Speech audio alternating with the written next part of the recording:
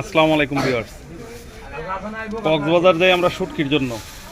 যাত্রাবাড়িতে যেই আড়তের মধ্যে যেই পরিমাণে শুটকি আছে আর যেই সস্তা রেটে পাওয়া যায়, আমি মনে করি যে ওই কক্সবাজার থেকে ঘুরতে গিয়া চোরের বোঝা টানা ঠিক না।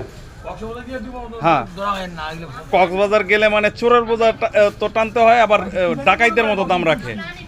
হ্যাঁ, এর চেয়ে এই আপনার আমাদের যাত্রাবাড়ি যে আড়ত আছে, আড়তে ভালো শুটকি পাওয়া যেতেছে।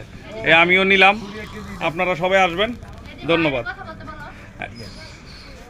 এই যে মহাজন সাহেব ভাই, বলেন কক্সবাজার থেকে যে মানুষ কিনে কি ধরাটা খায়? কক্সবাজার গিয়ে তো ধরা খায় ভাই।